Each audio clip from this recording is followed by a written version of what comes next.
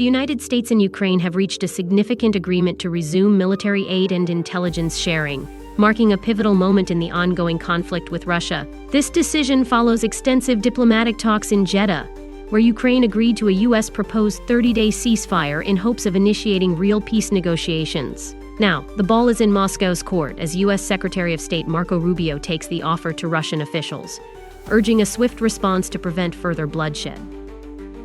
President Donald Trump has made it clear that he wants this war to end yesterday, emphasizing the urgency of bringing both nations to the table for a lasting peace agreement. The Kremlin's reaction remains uncertain, as President Vladimir Putin has previously stated his willingness to discuss peace but remains firm in his territorial claims, insisting Ukraine withdraw from 4 regions currently under partial Russian control.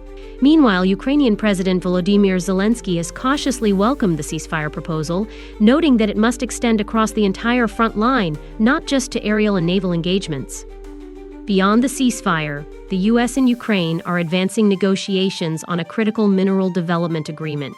This deal, long in the works, had been jeopardized after a contentious White House meeting between Trump and Zelensky. Now back on track, the agreement could prove vital to Ukraine's economic resilience and global energy security. Additionally, discussions on security guarantees for Ukraine continue, with European allies exploring the possibility of sending peacekeeping forces to the region.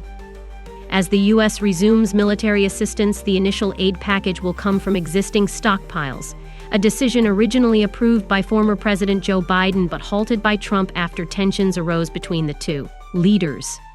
The policy shift under Trump's administration has pressured Ukraine to take a more strategic approach, focusing on securing sustainable support rather than relying on indefinite assistance.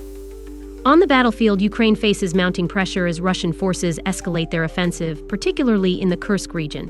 Ukraine has responded with a major drone strike on Moscow and surrounding areas, targeting key infrastructure, including an oil refinery. Russian officials reported the downing of 337 drones, while Ukrainian sources confirmed disruptions in Moscow's airports and oil supply routes.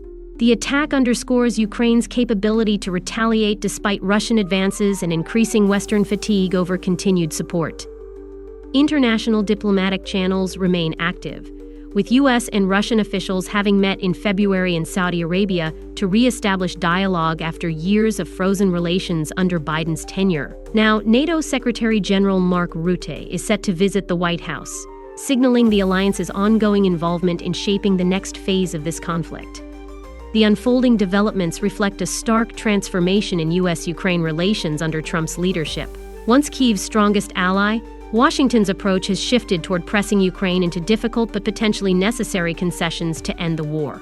With Rubio and National Security Advisor Mike Waltz spearheading the next steps, all eyes are now on Moscow's response. Will Putin take the ceasefire offer and move toward negotiations, or will the war continue to escalate? For now, the fate of this ceasefire, the security of Ukraine, and the broader geopolitical landscape hang in the balance, with the world watching closely for Russia's next move.